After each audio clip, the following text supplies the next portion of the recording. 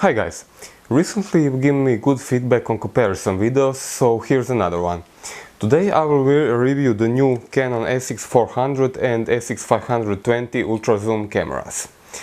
SX400 is an entry-level model sporting 30 times optical zoom, and SX520 is, let's say, a mid-range model and has 42 times optical zoom. Besides that, there are quite a lot of differences between these two cameras. Some of them matter and some do not. So if you can't decide which of them to get or simply need good information on any of them, keep watching as I will go through all of the important details and also test image quality from both these two great cameras. Here's a quick list of specifications. I marked with green those that I think that make the real life difference. SX400 is cheaper. At the time I'm making this video it goes for around $200 and SX520 is $350.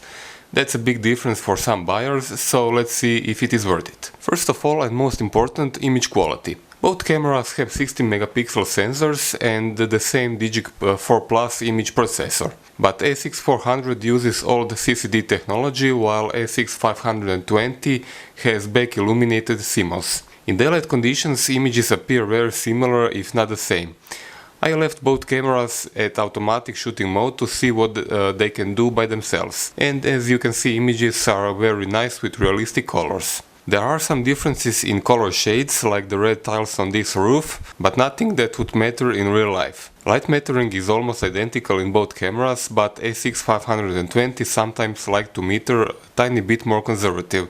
Only by, let's say, 1/3 of a stop darker in some situations, and this is nice since it can keep highlights from overexposing. When you zoom into images, there are traces of noise reduction even at base ISO. SX520 looks better by that regard. Uniform surfaces like blue sky looks much cleaner, and a bit more of fine details are kept in SX520 images. In low light conditions there is a visible difference since SX520 has CMOS sensor with Canon's high sensitivity technology. Color noise is awful in SX400 images. Take a look at these color blotches when you zoom into images. SX520 has mostly luminance noise. Both of them are definitely not low light cameras, but SX520 still has better performance. As I said before, SX520 has more optical zoom, up to 1008 mm, while SX400 goes only to 720 mm. The extra reach is visible as you can see in these examples. Maximum wide angle is identical on both cameras, 24 mm. As far as optical quality goes, SX520 is yet again better. Sharpness is identical at the same focal length even when you zoom into images. But SX400 suffers from strong chromatic aberrations in corners. Here's an example. Macro performance is the same. Both cameras can focus down to 0 centimeters, but when your subject is this close to the lens itself makes a shade and prevent you from taking a good shot. Both lenses have optical image stabilization and it works flawless and makes possible to take shots at 1000 mm focal length equivalent. Build quality is the same. Both cameras use the same rough looking plastic, but once I got used to it, never noticed it afterwards. The grip on SX400 is small, but still you have it.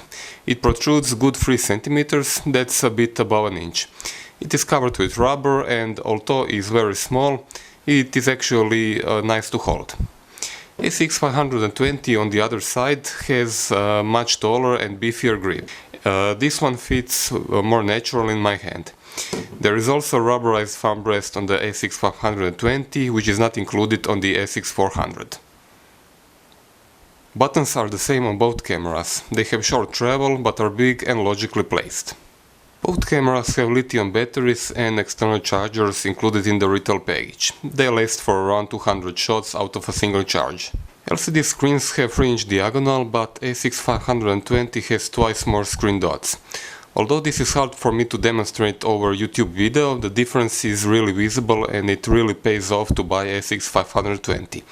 Viewing angles are the same though.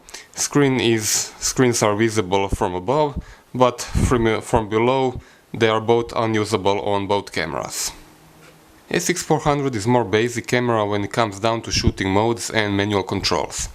It has only auto shooting mode and program mode. In program mode you can also select several of the scene modes, as you can see,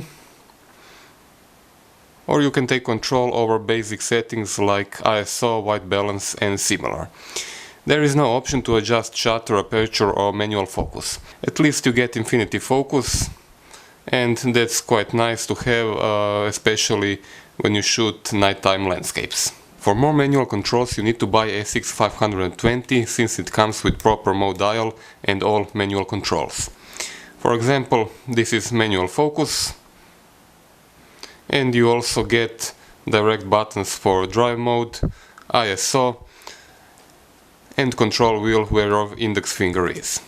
Burst shooting is very slow on both of the cameras. SX does only 0.8 frames per second, while SX520 can do 1.6 frames per second. Evidently these are not sport cameras, don't buy them to shoot dogs or similar fast moving objects. You can shoot cats though, they sleep like 20 hours a day. Autofocus speed is the same on both cameras, but SX520 proved to be better when it comes to accuracy. In this situation SX400 simply couldn't focus on the leaves. I took 4 or 5 shots, in all of them SX400 focused on the background, while SX520 focused without a problem on the leaves from the first try. Both cameras do video, but SX520 has an edge once again. It records full HD video with stereo sound, while SX400 only does small HD with mono sound. Video quality difference is huge. SX520 is visibly cleaner with more details and much less compression artifacts. So if video is of any significance, definitely go for the SX520. Image stabilization is excellent on both cameras though. I was able to get quite steady videos at both cameras at maximum optical zoom. Neither camera has input for external microphone, so you'll need to buy a DSLR for that. Not even the brand new top of the line SX60 Ultra Zoom has it. I think I covered pretty much everything important about these two cameras. As you probably concluded yourself, SX520 is far better camera in almost all aspects.